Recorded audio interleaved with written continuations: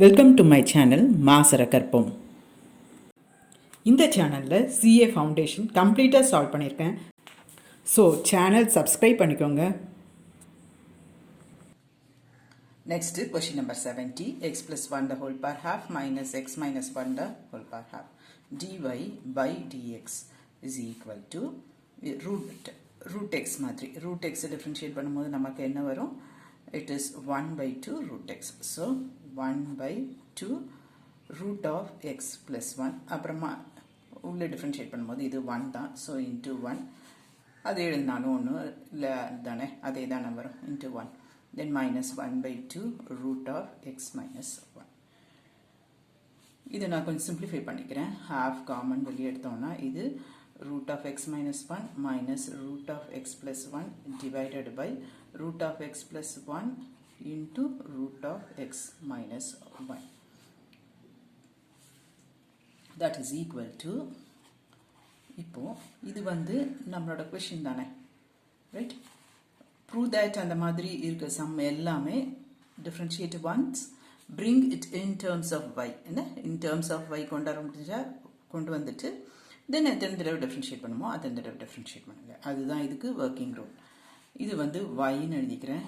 இங்கே product, so ஒரே root போட்டு இப்படி எழுதிக்கலாம். x plus 1 into x minus 1 that is equal to 1 by 2, இங்கே ஒரு y, then divided by ரூட்டுக்குள்ள a plus b into a minus b, so x squared minus 1, right? Then cross multiply root of x squared minus 1 dy by dx is equal to y by 2. அதே idea தான் இன்னொரு தடவை differentiate பண்ணணும்.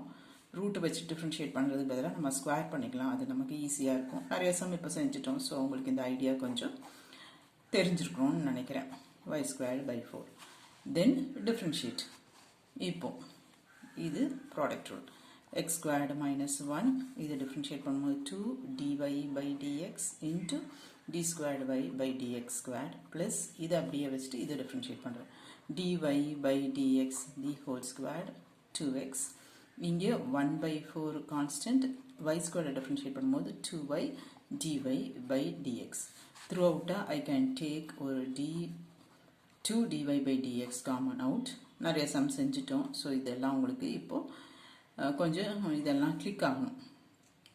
d squared y by dx squared plus ஒரு dy by dx ஒரு 2 வெளியே எடுத்திருக்கேன். So இங்கே x dy by dx equal to 1 by 4 2y dy by dx. You can cancel ஒரு dy by dx 2y 2.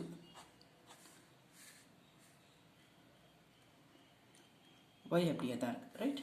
x squared minus 1 d squared y by dx squared plus x dy by dx is equal to y by 4, or x squared minus 1 d squared y by dx squared plus x dy by dx minus y by 4 is equal to 0. இதுதான் கேட்டிருக்காங்க, right?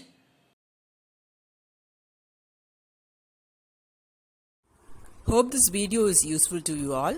Do like, share, comment and subscribe so that you can track and crack. Thank you.